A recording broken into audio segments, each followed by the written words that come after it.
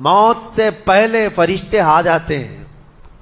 چاہے تم اچھے آدمی ہو, بیٹھے ہوئے ہو, تم کو بھی اگر موت آنی ہے تو تم پہلے فرشتوں کو دیکھنے لگ جاؤ گے, لیکن بتا نہیں سکتے کسی کو. موت سے تھوڑی دیر پہلے فرشتے قریب آ جاتے ہیں.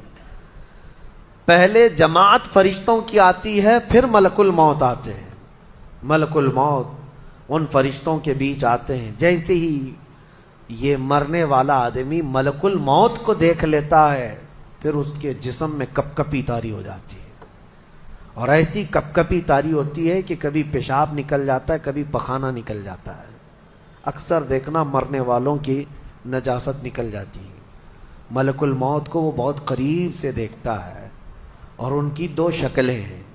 ایک بہت بھیانک شکل ہے, اس کو دیکھنا ہی عذاب ہے, اور ایک بہت خوبصورت شکل ہے, ان کو دیکھنا ہی رحمت ہے.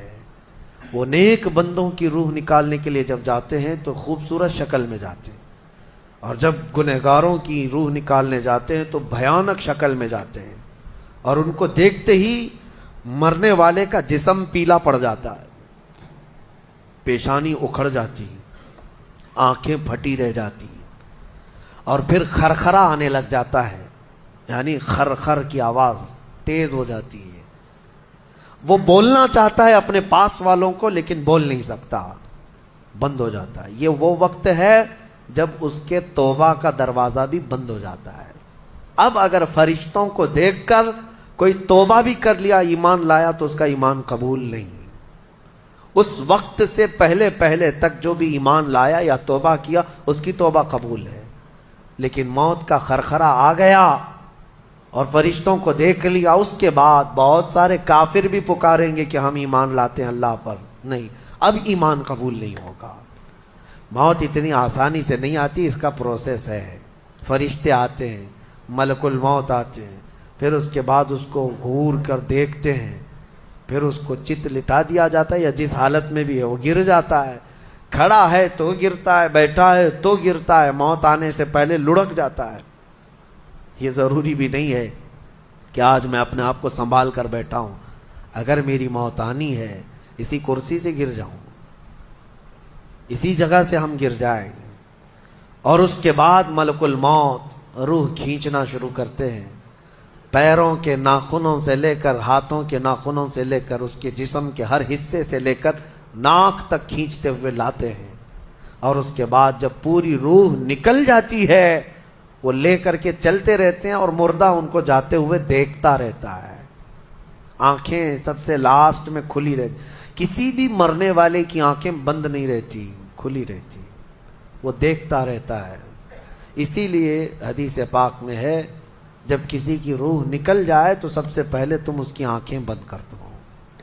ہمیں بند کرنا ہوتا ہے, اور اس کے بعد منہ بھی کھلا رہ جاتا ہے, منہ اوپن رہ جاتا ہے. فرمایا گیا منہ کو دبا کر بند کر دو. یہ سب نشانیاں ہیں میرے عزیزوں موت کی سختیوں کی. آپ کو پتا ہے جب رسول کریم صلی اللہ تعالی علیہ وسلم کی وفات آئی, اللہ اکبر, نزع کا عالم اتنا سخت تھا کہ بار بار حضور اکرم صلی اللہ علیہ وسلم کو پورے پانی کے مٹکے انڈیل دیے جا رہے تھے. 3 مٹکے حضور پر انڈیل دیے گئے موت سے پہلے, اور حضور اس کے بعد تھوڑا آرام محسوس کرتے, اور پھر شدت کا بخار. اور وہ آخری وقت تھا جب حضرت فاطمہ آپ کے پاس آئی تھی, حضور نے ان کے کان میں بتا دیا, وہ رونے لگ گئی. کیا کہا تھا حضرت فاطمہ کہتی ہیں, حضور نے فرمایا اے فاطمہ اب میں جا رہا ہوں, میرا آخری وقت ہے. پھر ایک دوسرے کان میں ان سے کہا میرے خاندان میں سے سب سے پہلے تم مجھ سے ملنے والی. آج یوم فاطمہ بھی ہے, سیدہ کائنات کا آج یوم وصال ہے, 4 رمضان المبارک. تو رسول کریم صلی اللہ تعالیٰ علیہ وسلم حضرت عائشہ صدیقہ کے سینے سے سر لگا کر لیٹے ہوئے تھے. حضرت عائشہ فرماتی ہیں سنو, مجھے پتہ ہی نہیں تھا. حضور حضرت عائشہ سے زیادہ محبت کرتے تھے, اسی لیے آخر وقت میں حضرت عائشہ کے ہی حجرے میں رہنے لگے, باقی دوسری بیویوں کے یہاں نہیں جاتے. حضرت عائشہ کہتی میں حضور اکرم صلی اللہ تعالیٰ علیہ وسلم کو کبھی مسواک دے رہی, کبھی پانی کے چھڑکاؤ کر رہی. تھوڑی دیر کے بعد حضور اکرم صلی اللہ تعالیٰ علیہ وسلم لیٹے لیٹے اسی طرح رہ گئے. حضرت عائشہ کہتی ہے میرے سینے پر حضور کا سر تھا وہ اتنا بھاری ہو گیا مجھے لگتا تھا کہ میری پسلیاں ٹوٹ جائیں گی. یہ حضرت عائشہ کہتی ہے مجھے ایسا لگتا تھا کہ میری پسلیاں ٹوٹ جائیں گی. ہوا کیا تھا؟ حضرت عائشہ فرماتی ہیں دروازے پر جبرائیل امین آئے. روح نکلنے سے پہلے کی بات ہے. حضرت عائشہ فرماتی ہیں حضور کے پاس جبرائیل آخری بار آئے. وہ غمگین حالت میں آئے یا جس حالت میں ہو. حضرت رسول کریم صلی اللہ علیہ وسلم سے عرض کرنے لگے یا رسول اللہ دروازے پر موت کا فرشتہ کھڑا ہے آپ کی اجازت چاہتا ہے.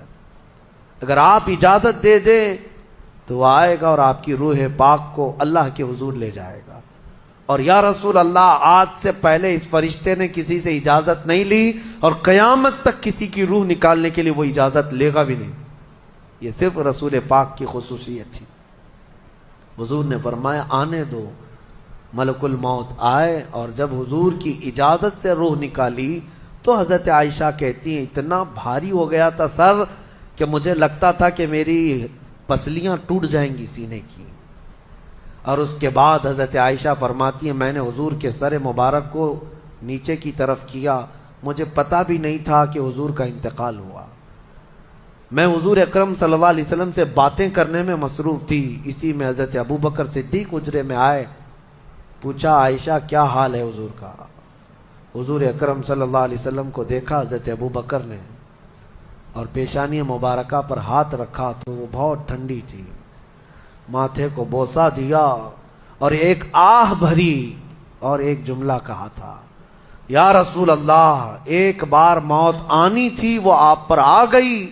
اب موت کی سختی اللہ دوبارہ کبھی آپ کو نہیں عطا کرے گا. موت کی سختی کیونکہ حضور کو انہوں نے دیکھا تھا. کئی دنوں سے تکلیف تھی. 13 دن تک حضور پاک صلی اللہ علیہ وسلم کو تکلیف تھی. 13 دن تک. حضرت ابو بکر کہتے ہیں یا رسول اللہ اب موت کی سختی دوبارہ کبھی نہیں آئے گی. جو اللہ کا وعدہ تھا وہ پورا ہو گیا. پورا کھل کر کے رو بھی نہیں پا رہے تھے ابو بکر صدیق اور اپنے اندر دبا بھی نہیں پا رہے تھے. موت کی سختی انہوں نے دیکھا اور اس کے بعد کہا اے عائشہ کیا دیکھ رہی ہو؟ اللہ کے رسول ہم سے رخصت ہو چکے. پھر انہوں نے آ کر مسجد میں اعلان کیا اے لوگو اللہ کے نبی کا انتقال ہو چکا. اب مجھے یہاں یہ بتانا ہے اگر موت سے کوئی بچ سکتا تھا تو سب سے پہلا نمبر تو رسول اللہ کا ہونا چاہیے تھا کیونکہ اللہ کے سب سے محبوب نبی وہی ہیں. جب رسول پاک صلی اللہ تعالی علیہ وسلم کو بھی موت آئی تو میاں ہمارا اور تمہارا شمار نہیں. چاہے 100 سال زندگی مل جائے لیکن مرنا ضروری ہے. بہرحال یہ باتیں بڑی طویل ہو جائیں گی. موت کا تذکرہ اس لیے بھی میں زیادہ کرتا ہوں کہ حدیث پاک میں ہے مومنوں کو یہ تذکرہ کرو تاکہ ان کو گناہوں سے نفرت پیدا ہو جائے اور آخرت کے سفر کی تیاری وہ شروع کریں. اللہ کریم ہم سب کو دنیاوی خرافات سے محفوظ فرمائے. دنیا کی لذتوں سے اور یہ فانی خرافات میں مبتلا ہو کر آخرت بھولنے سے اللہ ہماری حفاظت فرمائے.